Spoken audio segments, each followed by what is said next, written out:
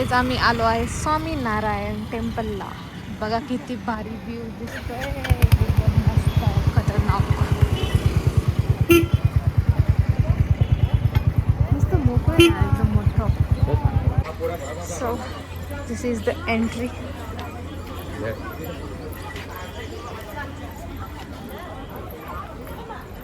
पण मस्त आहे ना, किती भारी दिसतंय बघितून.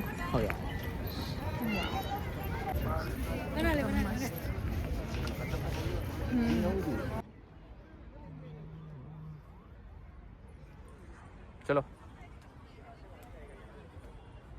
चलो चलो. अच्छा, फोटोग्राफी निषेध है यहाँ पे. वो नीचे आई थी.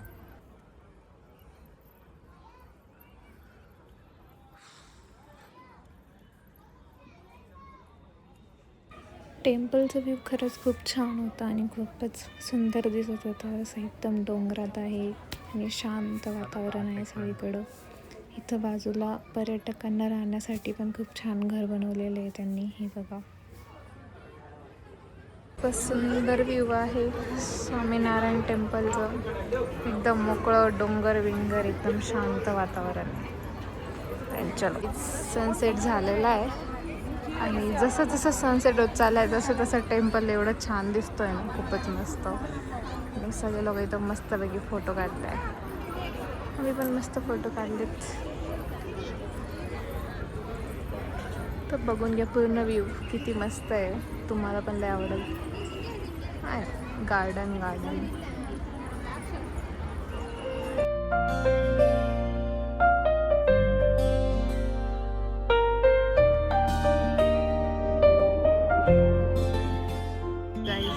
इथं स्वामीनारायणचे पायांचे निशाण ॲक्च्युली एकदम मस्त. विष्णूचे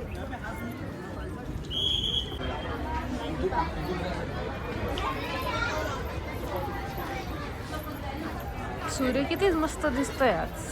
सूर्य आहे का तो? छान छान. बाय द वे तर दररोज तसाच दिसतो. तू आज बघते पहिल्यांदा, त्यामुळे तसा. येस, नाही तर मी उठतच नाही. मस्त आहे रे. पकड बघ, लाईट सुरू झाली. लॅम्प लॅम्प्स ते बघ, मंदिरचे लॅम्प्स, लाईट्स. नाईस. दिसणार नाही, दिसताय. छान वाटणार आहे नाईटला पण. टेम्पलसमोर एक शॉप आहे, तिथे आपल्याला प्रसाद वगैरे भेटू शकतो आपल्याला घरी घेऊन जाण्यासाठी आणि देवासाठी पण.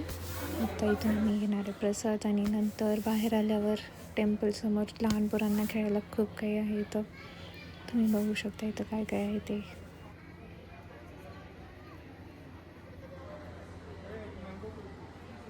फायनली वाकडला पोहोचलो आणि